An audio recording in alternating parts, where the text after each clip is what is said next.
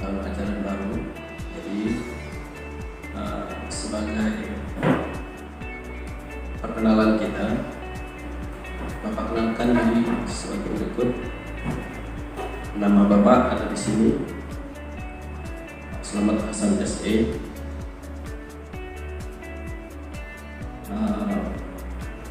Dulu pernah kuliah di Universitas Muhammadiyah Kupang. Dengan demikian,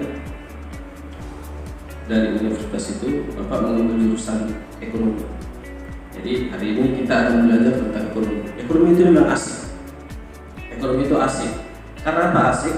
Karena semua orang yang berbicara tentang ekonomi itu pasti dengan ide-ide tertentu yang mereka akan keluarkan untuk mencapai keinginan dan kehendak mereka. Nah, di sini kita akan belajar tentang konsep ilmu ekonomi itu sendiri, mengenai kelangkaan biaya peruang dalam memenuhi kebutuhan. Itu materi kita pada hari ini. Selanjutnya kita berbicara mengenai pengertian ilmu ekonomi itu sendiri. Jadi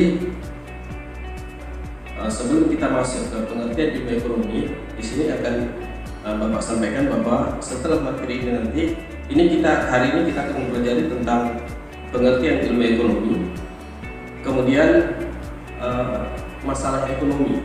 Ya, masalah ekonomi yaitu mulai masalah kelangkaan, kebutuhan yang relatif sangat terbatas. Kenapa terbatas? Karena barang-barang yang akan dikeluarkan oleh pemerintah itu untuk memenuhi kebutuhan masyarakat itu sangat terbatas. Kenapa? Karena memang barang-barang yang diproduksi ini sifatnya terbatas. Yang tidak terbatas itu yang ciptaan Allah Ta'ala. Misalnya udara itu tidak terbatas. Ya. Air kalau kita lihat memang tidak terbatas, tetapi untuk kebutuhan air minum itu sangat terbatas. Jadi mau kita pelajari juga yang berikutnya, yaitu pilihan atau skala prioritas. Skala prioritas kita di sini apa yang kita dahulukan gitu. Dari kebutuhan-kebutuhan kita yang sudah kita penuhi, kira-kira kebutuhan yang utama yang paling utama kita prioritaskan itu apa? Misalnya kita di sini mau berbicara, atau kita mau memenuhi kebutuhan misalnya pada saat jam sekolah atau pada saat kita sekarang ini sedang sekolah. Jadi anak sekolah itu kebutuhan prioritasnya apa? Ya kan, selain buku, kemudian ada tas, pakaian seragam dan sebagainya. Ini kita prioritaskan dulu. Kebutuhan-kebutuhan yang lain itu akan dipenuhi setelah prioritas utama ini dipenuhi. Kemudian yang berikutnya adalah alat pemuas kebutuhan itu sendiri. Ya, itu alat pemuas kebutuhan itu, misalnya kita ingin makan bakso misalnya. Kalau kita ingin makan bakso, pasti kita akan mencari bakso karena kita ingin makan bakso. Kalau kita ingin mobil, pasti kita akan berusaha untuk membeli mobil. Nah, dengan demikian, pengertian ilmu ekonomi itu sendiri itu sudah berubah, tidak seperti zaman dulu lagi. Kalau zaman dulu waktu kita masih sekolah, itu guru itu memberikan definisi tentang ilmu ekonomi itu terlalu seperti begini pengertian dulu. Ilmu ekonomi itu dibicarakan atau diberikan pengertian bahwa ekonomi itu ialah dengan biaya sekecil-kecilnya menghasilkan keuntungan yang sebesar-besarnya. Itu dulu. Sebenarnya pengertian ilmu ekonomi itu bukan itu. Nah, kita lihat sendiri. Kita lihat di slide ini. Ilmu ekonomi itu merupakan suatu ilmu yang mempelajari tentang segala tingkah laku manusia yang bertujuan untuk mendapatkan dan mengolah sumber daya yang terbatas. Itu ilmu ekonomi seperti itu. pengertiannya. Jadi kita ini mengolah sumber ekonomi yang sangat terbatas ini, atau sumber daya ekonomi yang sangat terbatas ini untuk memenuhi kebutuhan kita yang tidak terbatas. Nah itu dia. Ini pengertian ilmu ekonomi yang sudah dikembangkan oleh para ahli sehingga menghasilkan pengertian yang seperti ini. Kemudian ada yang lain juga memahami tentang ilmu ekonomi itu sebagai suatu usaha dalam membuat suatu alternatif barang dan jasa untuk memuaskan kebutuhan hidup manusia yang tidak terbatas. Nah itu dia. Jadi kira-kira inilah pengertian ilmu ekonomi yang sampai sekarang ini diterapkan di mana-mana negeri atau di mana-mana negara. Seperti inilah pengertian ilmu ekonomi, karena ini pengertiannya lebih luas daripada pengertian ekonomi yang sempit seperti yang awal tadi Bapak sampaikan. Kemudian masalah kelangkaan atau masalah-masalah ekonomi. Masalah ekonomi banyak. Di sini kita lihat ada masalah ekonomi, kita lihat di Pak Kanda ini. Ini ada meliputi macam-macam, ya. Yang pertama keterbatasan sumber daya. Kemudian sudah terbatas sumber daya ini akibat dari langkahnya barang dan jasa. Ya. Jadi masalah ekonomi ini banyak akibatnya. Yang pertama keterbatasan sumber daya. Yang berikutnya barang dan jasa sangat terbatas. Kemudian ada kelangkaan untuk memperoleh suatu barang. Barang itu langka di pasar bukan karena apanya hilang atau apa, tapi memang produksinya kecil. Kemudian kebutuhan barang dan jasa beraneka ragam. Kemudian keinginan manusia ini punya keinginan yang tidak terbatas. Kita sudah dikasih satu mau dua, sudah kasih dua mau tiga, dan seterusnya. Inilah kita manusia ini. Nah, dari keterbatasan sumber daya ini diakibatkan oleh yang pertama tenaga kerja. Tenaga kerja ini merupakan suatu sumber daya manusia yang harus dibangun supaya apa? Untuk memenuhi atau punya ide-ide kreatif untuk mengembangkan barang-barang yang ada sehingga menjadi beberapa produk turunan. Nah, jadi sumber daya manusia ini perlu untuk mengembangkan hasil-hasil pertanian atau hasil-hasil pertambangan, dikembangkan misalnya menjadi beberapa produk turunan. Dengan demikian untuk memenuhi kebutuhan atau memenuhi masalah ekonomi yang sedang terjadi.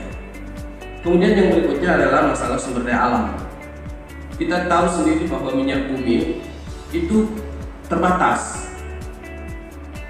Penemuan tambang minyak bumi, emas, nikel dan lain sebagainya itu sudah diprediksi mungkin oleh para ahli itu mungkin hanya sekitar 5 sampai 50 sampai 60 tahun atau 100 tahun atau 200 tahun. Ada batasannya. Itu masalahnya. Jadi setelah misalnya 100 tahun kebutuhan akan barang itu masih ada, sulit lagi diperoleh. Nah, ini yang bisa mengakibatkan banyaknya atau naiknya kebutuhan manusia ini yang akan mengakibatkan ekonomi itu semakin sulit. Jadi sulitnya apa? Untuk memenuhi kebutuhan itu tadi. Kemudian yang berikutnya modal dan teknologi. Nah, di negara-negara miskin dan teknologi belum secanggih yang kita lihat di Eropa, Amerika, Australia, dan Jepang, Cina dan sebagainya. Ini masalah utama bagi negara-negara miskin dalam menghadapi untuk memenuhi masalah ekonomi ini. Jadi modal ini bukan modal yang bukan uang saja ya, modal yang kita akan peroleh ini bukan uang saja, tapi modal ini berupa tenaga kerja, itu modal. Kemudian teknologi ini kita lihat ini dari sumber daya manusia. Dia mempunyai teknologi yang canggih, tapi sumber daya yang tidak bisa mengolah bahan yang diperoleh dari hasil tambang. Nah ini pun menjadi masalah. Itu yang berikutnya. Dari keterbatasan sumber daya ini, makanya barang dan jasa itu menjadi terbatas, ya, menjadi terbatas. Kemudian kalau sudah terbatas, pengendalian harganya macam mana gitu? Seperti apa pengendalian harga nanti? Karena harga ini naik turun berdasarkan ketersediaan barang dan jasa, itu yang berikutnya. Kemudian terjadi karena barang dan jasa ini produksinya terbatas, maka terjadi kelangkaan. Itu ada kelangkaan. Dari kelangkaan ini mengakibatkan masalah ekonomi. Dari masalah ekonomi melahirkan sistem ekonomi, ya kan? Dari sistem ekonomi di atas itu, ini sistem ekonomi campuran, tradisional, komando dan pasar ini menjadi masalah. Semua menjadi masalah.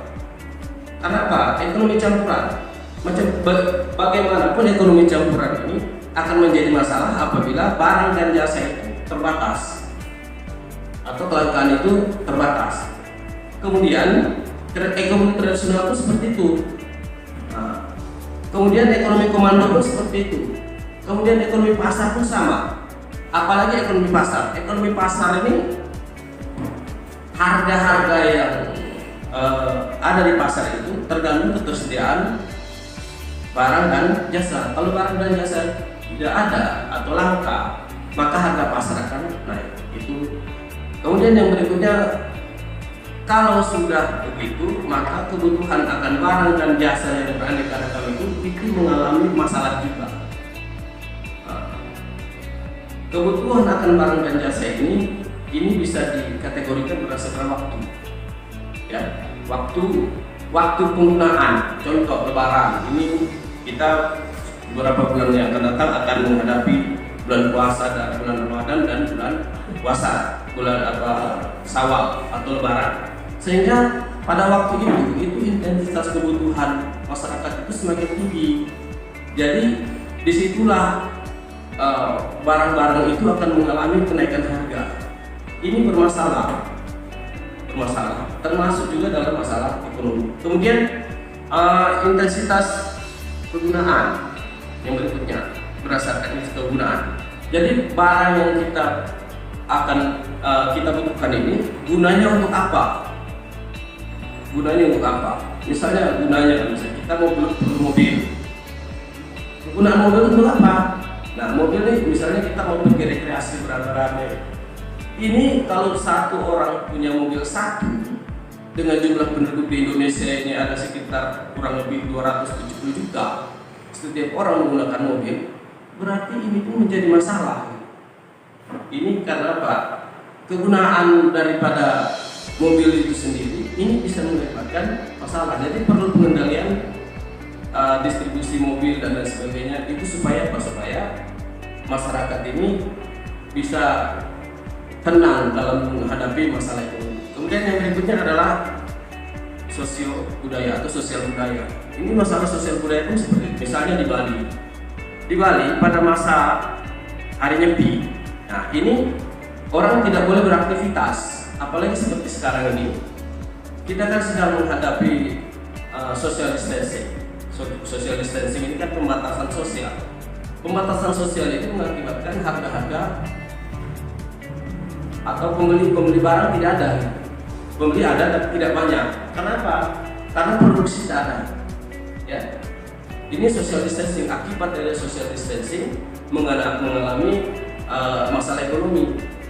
Ya. Ini kita lagi masa pandemi. Jadi social distancing ini termasuk dalam suatu budaya baru yang muncul pada saat pandemi sekarang ini. Kemudian berdasarkan sifat. Nah, barang ini kan punya sifat masing-masing. Sifat barang ini, misalnya HP. Ini HP. HP punya sifat apa? Sifat komunikasi. Satu orang punya HP satu. Jadi di Indonesia ini ada berapa HP yang beredar? Dan sifatnya apa? Sifat daripada HP ini, apakah ini kita butuhkan pada saat sekarang, atau kita butuhkan pada saat nanti, atau kita butuhkan pada saat yang akan datang? Ini sifat HP ini tergantung pada pemakainya. Kalau pemakainya misalnya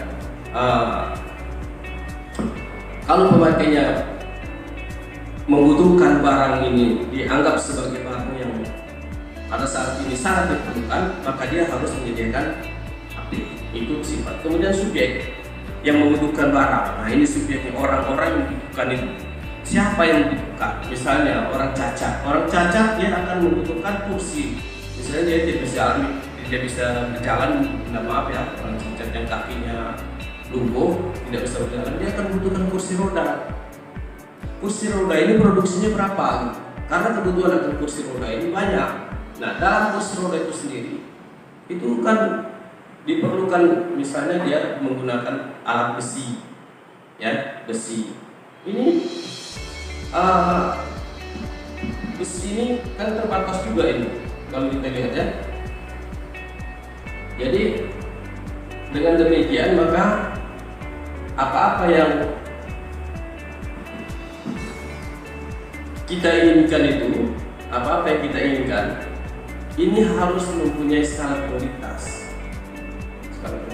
Ya, jadi di situ ada kebutuhan, ini menurut intensitas, ada menurut waktu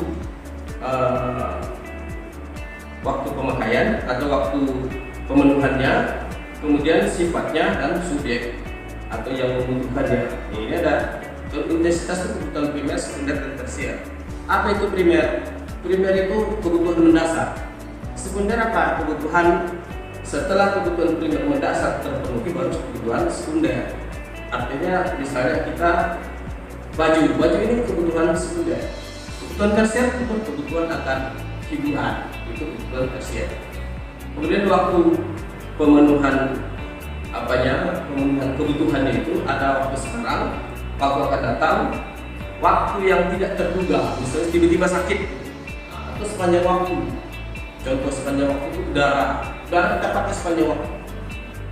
Kemudian sifatnya, ini kebutuhan yang kita sifat. Ada sifat jasmani dan sifat rohani. Sifat jasmani ini harus kita penuhi setiap hari, misalnya makan, minum, ya, berpakaian, berjalan, dan itu sifat jasmani. Kemudian rohani kita ini perlu kita isi juga, apalagi kita di sekolah aliyah.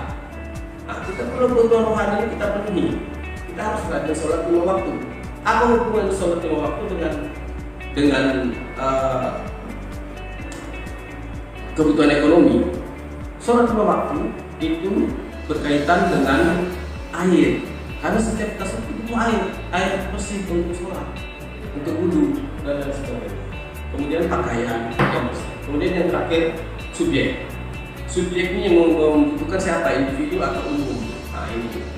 Kalau individu berarti secara pribadi, dan kalau umum itu secara umum. Nah, kira-kira demikian penjelasan Bapak. Mudah-mudahan dengan penjelasan ini kita menjadi terbuka dalam memahami ilmu ekonomi. Sekian, wal afu minkum. Assalamualaikum warahmatullahi wabarakatuh.